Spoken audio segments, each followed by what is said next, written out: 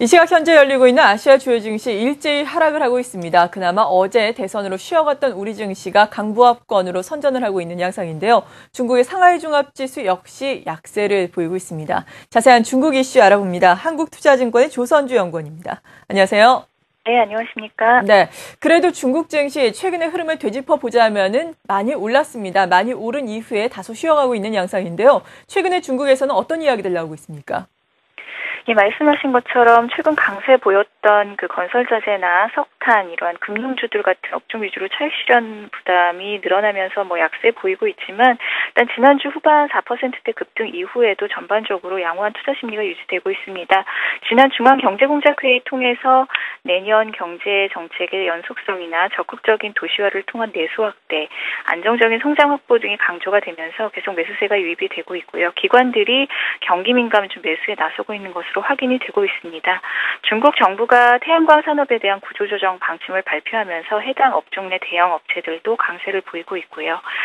그 외에 중국 정부가 정제유나 천연가스, 석탄 같은 이러한 에너지 가격을 개혁할 계획을 밝히면서 관련주들도 강세를 보이고 있습니다.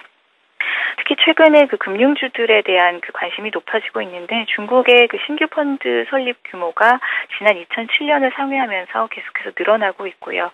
그리고 해외 기관의 투자 한도 완화 같은 이러한 정책 지원이 뒷받침이 되면서 증권주나 은행주들의 강세가 동반되고 있습니다.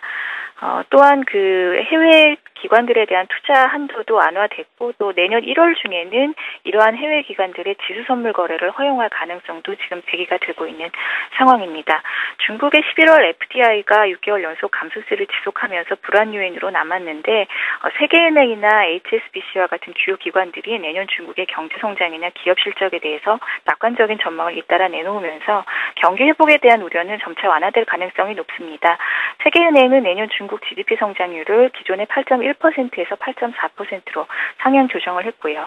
아직 공식적으로 발표되지는 않았지만 주요 관계자들의 언급에 따르면 내년 중국의 GDP 성장률 목표치는 올해와 같은 7.5% 그리고 CPI 상승률은 목표치가 3.5%로 설정될 것으로 예상이 되고 있습니다.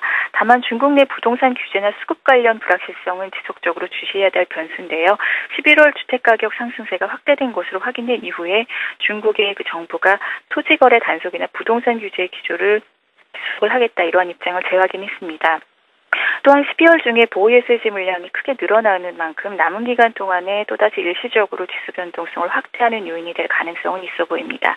이상 한국투자증권 조선주였습니다. 네, 이렇게 한국투자증권의 조선주 연구원과 함께 중국의 증시 상황 그리고 중국 이슈들